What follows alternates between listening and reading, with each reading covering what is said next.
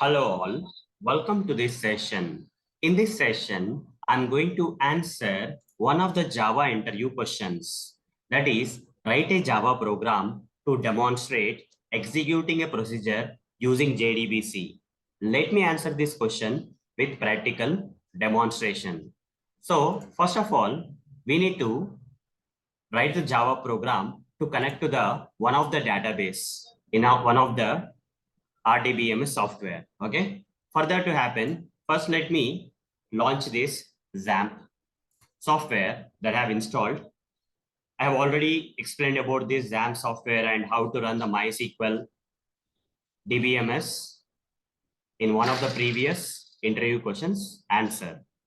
Once this MySQL has started, okay, once you click on the start button and once it is running at 3306 port number, okay, some port number here, as you can see, MySQL is running.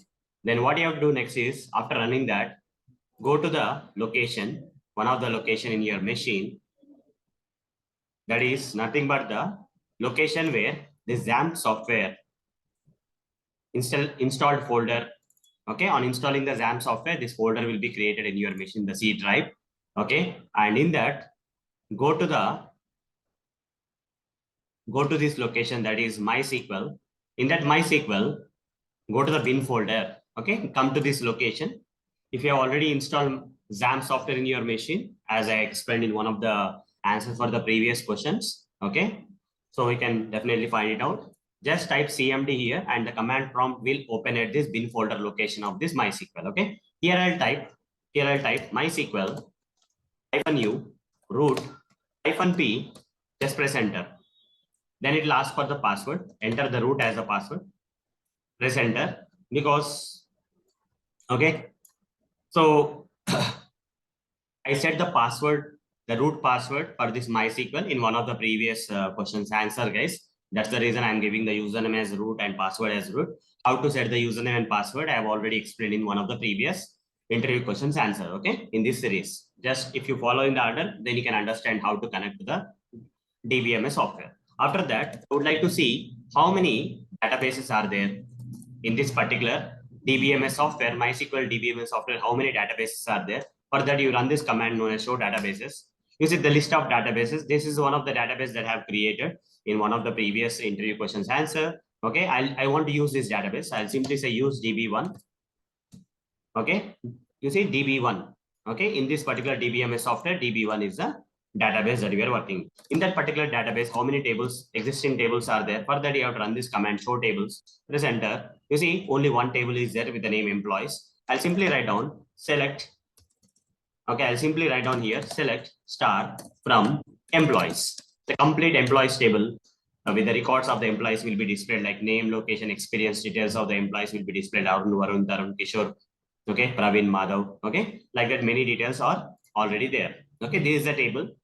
Now I need to create a procedure, guys. Okay, a predefined kind of query, you can say that you can store. Okay, stored procedure, you can say.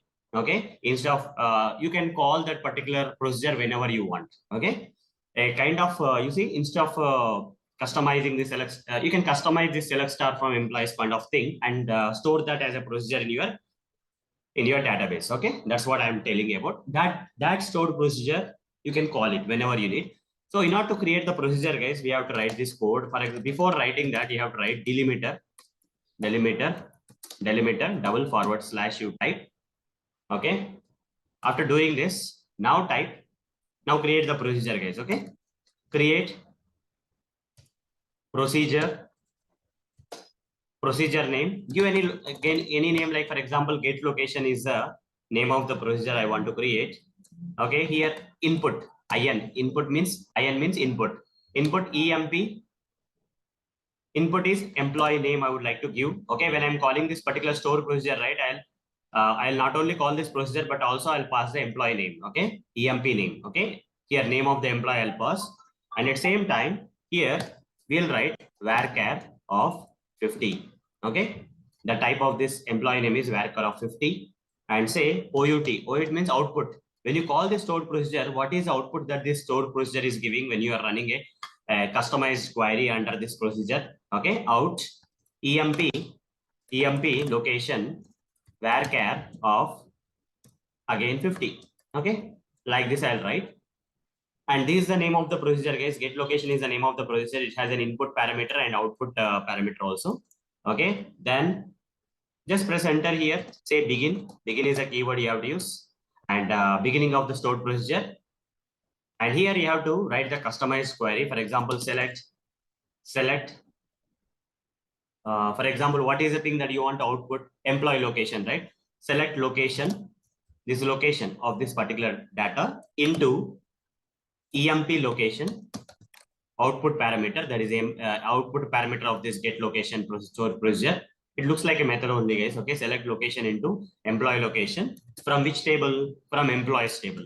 From employees table where the name, okay, the name column, name is equal to this inputted employee name, EMP name. Okay, like this you gave.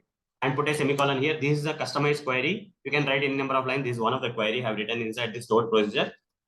I'll simply say end. I'll simply say end and put a, I think end will be enough. I think so. So here you can also see this in the mind map. End we have to write. After that, to end this, to complete this stored procedure, I have to type // that is delimiter. Okay, delimiter will stop this stored procedure. Okay, that is the ending of the stored procedure. It will take. Press enter. The stored procedure got created, guys. Stored procedure got created. Okay, the stored procedure got successfully created. Now what I have to do is I have to go to this Eclipse ID. Okay, in one of the Java programs project, in one of the package, create a new package, new class, sorry, with the name call JDBC, call stored procedure using JDBC. Okay, JDBC program. Like that, you can write give any class name with main method you create. Click on finish. Now I need to first connect to the database. Okay, in order to run this stored procedure, which has a customized query inside that. Okay, in order to call that from the using the JDBC, right? I have to make the connection to the database using the JDBC concept. First, I'll say string URL of the database that I want to connect via this JDBC program. Here, give that JDBC : name of the DBMS software, that is MySQL : // then I have to give the IP address in which this MySQL DBMS software is running. Okay, localhost : what is the port number where that is running? What is the port number where this MySQL DBMS software is running? 3306. 3306. Under that, database name. What is the database name? Database name is, under that database name is what? DB1 is the database name that I want to connect. DB1 is the database name I want to connect. Okay, so I'll simply give DB1. Okay, put a semicolon here. I will also give the username here. Username is root, guys. Root is a username. And password also I would like to give string password. Password is equal to, password is also root. Now, if I want to connect to the database, have to initialize the driver here. Okay, initialize the driver, go to the Maven dependencies and go to this MySQL. Okay, and expand that. Okay, this library you already added here, guys. If you go to the pom.xml file, right, you have to add the dependency tags here to get this MySQL related stuff. Okay, so here what you have added here, MySQL connector J, you have added already. This particular dependency won't come by default in your project. Make sure that in the pom.xml file of this Maven Java project, you add this dependency tags. Then you'll get all these libraries under the Maven dependencies. You'll get this particular jar file. Under that jar file, go to a location where you will find something like com.mysql. Let's go there to one of the location. I think that is, let me find it out here. Go to that location where you can find that com.mysql.cj.jdbc, cj.jdbc. Under that cj.j, this one, okay, com.mysql.cj.jdbc, you will find a driver class. This one I have to initialize. Okay, I have to initialize this driver class. So how to initialize this driver class? Class.for name. You have to call this method. And in this for name, you give all the package details from where this driver class is available in this project.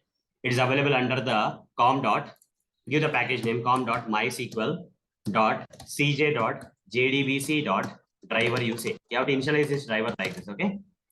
Now hover the mouse on this and ignore this exception. In real time, you can use try catch block. That's okay. After this particular thing is done, after you initialize this particular driver, then you can connect to the database using driver manager. Driver manager dot get connection, and you take this one, get connection of string. This URL you pass it here. This username, that is the root username, and root password you pass it here. Put a semicolon here, and ignore this checked exception there. And this get connection will return you an object of the get connection will return you an object of the connection class in JDBC. This is all JDBC, guys. Okay, connection is equal to, in one of the previous questions for one of the interview questions, right? Already covered all these concepts, guys, how to connect to the database and all those stuff. So I'm directly focusing on the stored procedure in this session. Okay, hover the mouse on this connection and import this connection from java.sql library. Okay, JDBC. Okay, simple. And use this connection to call the stored procedure. Okay, that is there's a method, guys, known as, what is that method? We have to call that as prepareCall. Connection.prepareCall is the method. Okay, to call the stored procedure, we have to say connection.prepareCall. And in this prepareCall, put a semicolon here and provide double quotes here. So in the prepareCall, you have to pass this, guys. Okay, in the prepareCall, you have to pass this, the name of the stored procedure and the number of input and output. Input is a question mark, output is a question mark here, and say call here. Okay, that's how you have to write, guys. Just go here and just see here. Clearly, you can see that in the double quotes, curly braces you provide. Inside that curly braces you provide, and in that curly braces, write down call, name of the stored procedure. What is the name of the stored procedure that you have created here? Get location is the name of the stored procedure. It has input and output, question mark you can write. Okay, that's okay. The get location. In the get location, like circular brackets you give, question mark, comma, question mark you give. Okay, prepareCall. That's it. Okay, that's what you have to do here, guys. Okay, this prepareCall will return you an object of the callable statement. Callable statement CS is equal to like this, I'll write. Over the mouse on this callable statement and import this from from where we have done java.sql. Okay. After importing that, cs dot execute command you have to call. Okay. Once you say execute command, it will run this. It will call this stored procedure. And in the stored procedure, what is there? This customized select statement of the SQL is there, that will be running. And what it will get you as an output, what will be retrieved?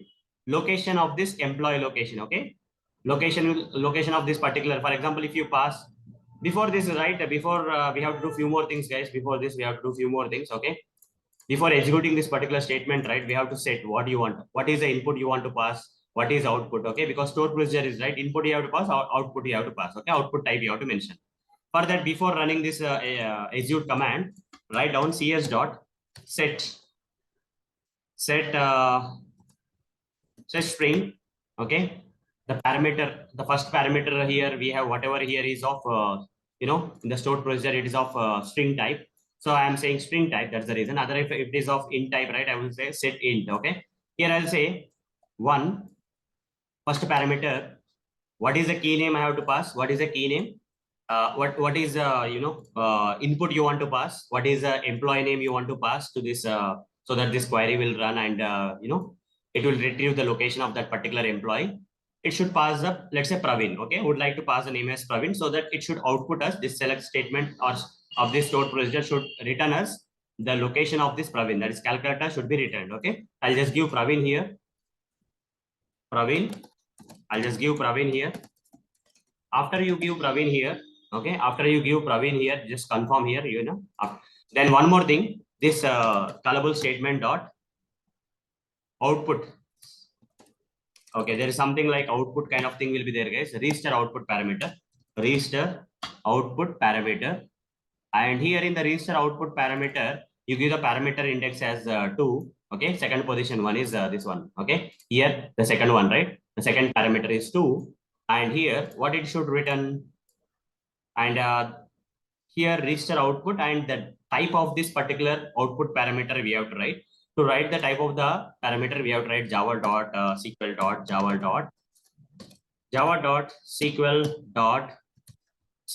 type or something, SQL type dot, then or else types actually. Sorry, this is not SQL type, this is types, guys. That's a mistake. Types dot. What is the type? It's a which type it is? Varchar type. Okay. Type say varchar. Okay. Varchar type it has to return. Once that is done, once you set the input type, with the value that you want to input and set the output type of data, this register output, okay, and then execute the script here. Execute script will return you the Boolean value that's not required. Simply say string whatever the location you want to get, okay. Employee location is equal to the statement that is cs dot. You see what is the output that you will get generally in the string format you will get, okay. Get string you say, and here give the parameter number output type parameter that is 2, okay. Then it will get you the employee location by running that stored procedure, okay. Now say system.out.println, simply write down employee location, and using this JDBC program, whether we are able to call the stored procedure, and in the stored procedure there is a SQL query. For that SQL query, whether the Praveen is going as an input and the output is coming in the string format, that is employee location is of the Praveen is coming as an output. Okay, all this, you know, to run all the statement commands, right? Execute command, register output parameter, setString, getString, okay, prepareCall. For that JDBC is required, we have done. We have connected to the database. We have now these are the lines we have to write to call the stored procedure and get the output here. The stored procedure will return you some return type.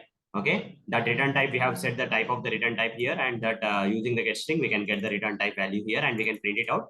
And if this database management system is running, while it is running, and once you connect it to the database here, and once the stored procedure is really here, the stored procedure is not created here.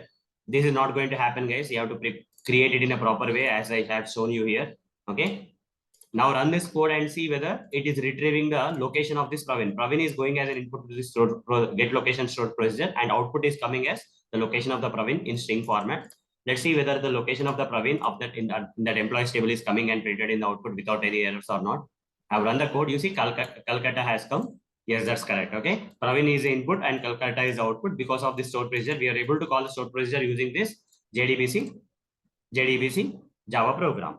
So hope guys, with practical demonstration, you got the answer for this question. That is how to write a Java program to demonstrate running a stored procedure using JDBC. And in the stored procedure, there is a customized query there that is running and giving us the output. Okay, that output that is written by the stored procedure, we are printing in the output console. Okay, so this is the program you have to write, guys. All these notes are provided here. You see in this also step-by-step format is there. Okay, also watch the previous sessions of this MySQL related previous interview questions before you come directly to this answer for this particular question, because you will get to know the how to connect to the database, more basics of the connection to the database, and running the queries and all you will know in advance before you run a stored procedure using the JDBC Java program. So guys, that's all for this session. So hope guys you got the answer for this question with practical demonstration. So that's all for this session. See you in the next session. Thank you. Bye bye.